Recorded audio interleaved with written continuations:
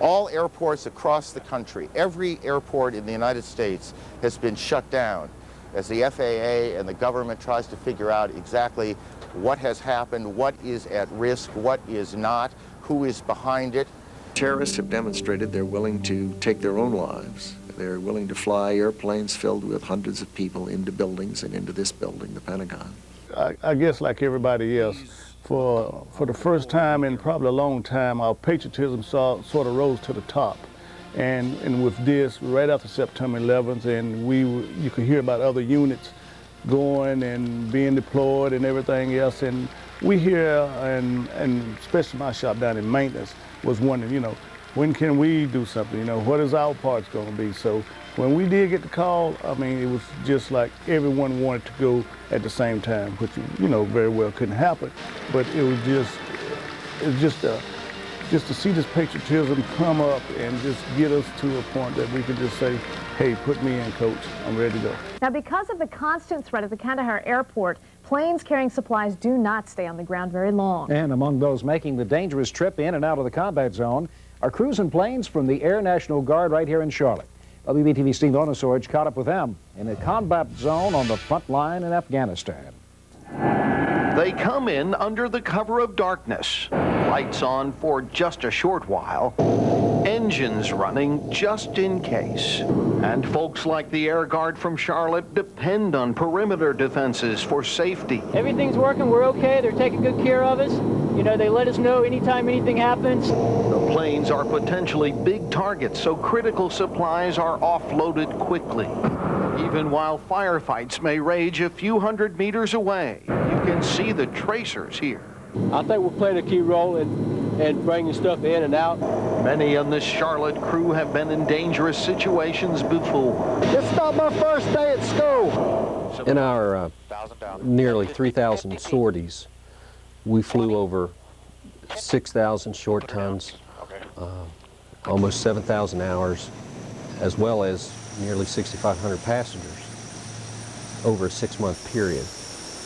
When we were doing this day after day, not only were we seeing increases in flying hours on their tails to almost actually equal what we would see normally 5 years here, we were also seeing that gained in experience from our personnel who have been in our unit for like 1 or 2 years. They've come back after a few months with almost the equivalent to 5 years of experience. Our mission started pretty much during Operation Anaconda. We started hauling in supplies for all those troops that were on the ground there. And we were doing most of our missions at night into unfamiliar airfields. And then slowly, as we progressed further into the war, we were able to go into them during the day and see what we were actually flying over, which we hadn't been able to at night. You're the patient. Come on in, patient. We're going to have you sit right here. Okay? So what's your name? Ricardo. Ricardo? Well, my name's Sergeant Baggs. Most people call me Mel or Petey. Let us know if you need anything in flight. Wave your hand. You're a good one. Okay, not that one. I'm originally from Augusta, Georgia. Lived there until I was 26. I decided to join the Air Force to get out of my hometown and to see if I liked medicine. I'd considered going to medical school, but I didn't want to do it until I'd done a little bit in the medical field to decide if I liked it. And I liked it so much, I'm still here. We're not so much a hospital, I would say, as a flying ambulance. In that litter strap. We have about 1,500 to 2,000 pounds worth of equipment that we carry. And the weight loss plan for women over 30. Hump your bags every other day, extreme heat and no food. All the way down, watch the rollers. All the way down, all the way down, all the way down, all the way down, all the way down. Stop. You take that one. We had a post-appendectomy. He was operated on at the FST, the Ford Surgical Team. Now, take this stick. Hold it up for me. Once we get the patient, we may take them to a field hospital, which can be anywhere out of the theater, depending on their injuries. It's stuck.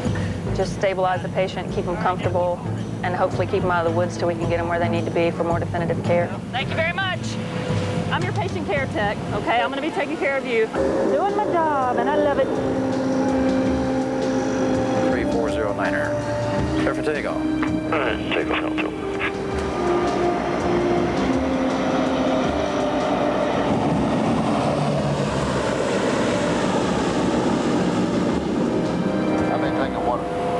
I'll get you some water. You feeling a little thirsty? I'll try to bump up your little pseudo pillow there, okay? Okay, what's your name? Jeff. Jeff, okay. I remember that. That was my high school boyfriend's name.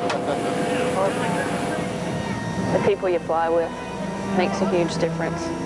That really gets us through it. You leave your family and you come out here and you meet people that you've never even known, but it doesn't matter. 5 minutes feels like you've known them all your life. And the friendships that come out of things like this are forever enduring. 57 check wheels downwind, runway 3 west side, 90 feet to turn left.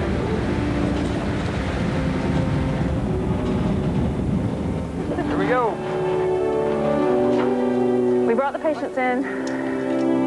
The recovery crews will come out and pick up the patient. They'll take over patient care from here. We'll offload them. Nick. We'll offload Ricardo. Bye, big guy. Write me and let me know how you're doing now. He's got some long time healing and a lot of therapy he's going to need for that hand. So many people have died defending what we all believe in. And these guys and girls are out there still doing it. Hi, I'm Master Sergeant Tim Arrington with 263rd Combat Communications Squadron. I and many of my colleagues here at 263rd have deployed many times to the Persian Gulf and other areas. We bring education, experience, and training not only from the military sector, but from the civilian sector as well. I feel like we've learned a lot from our deployment. I feel like we have a lot to share, not only with the other members of the Air Force, but with members of the other branches of service with whom we closely work. There I worked night shift, so most of the planes did fly during the day. They would come in at night and we would try to work as many as we could to get them turned around to fly missions the next morning. There were a couple times we came into work and every airplane we had would be down on the ground with some sort of maintenance problem. But we still maintained to get them all back up, or we kept over a 90% mission capable rate. So I said the environment over there was so much different than it is back home, and they were flying so much more. The dust, the heat, the sand, it caused a lot of maintenance problems while we were there. What I gained from my experience over there, I felt really good about it, especially being from a family who's been in the military and being able to follow kind of in their footsteps in a way and follow up with that tradition. And I was real proud of everything that went on over there, everything that we did, how well we were able to accomplish what we were given to accomplish and how well we were able to handle the whole situation. Charlotte's Fox 18 News at 10 starts now. Good evening. Thousands of North Carolina National Guard troops are headed to Kansas for battlefield training. It's one of the largest training exercises in North Carolina Guard history. First on Fox, reporter Sheila Saints was there as hundreds of troops headed out. Their mission, a major battlefield rehearsal at Fort Riley. It's a chance for nearly 5,000 Tar Heel soldiers to train as one brigade called Operation Hickory Sting.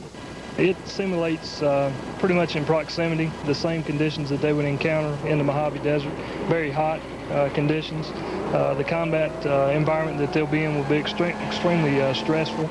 The 126 troops that got on this particular flight will be back in Charlotte in about 2 or 3 weeks. That's how long the exercise training takes. I enjoy the experience. I enjoy the training we do together, the friends you make in the unit, and of course you just don't get to drive tanks anywhere else.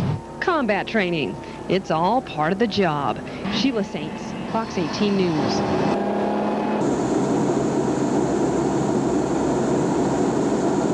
Flying really low level, the heat and the smoke, you can feel it pretty much, smell it. It's a lot of uncertainties in actually where you're going to end up. There's so many changes that go on. It's real challenging, demanding, although pretty rewarding too. Okay. Right, we're coming in from Alpha Tanker 6-2, we're clear of you. Tanker 6-2, man. Go ahead. Right off your nose at 12.5.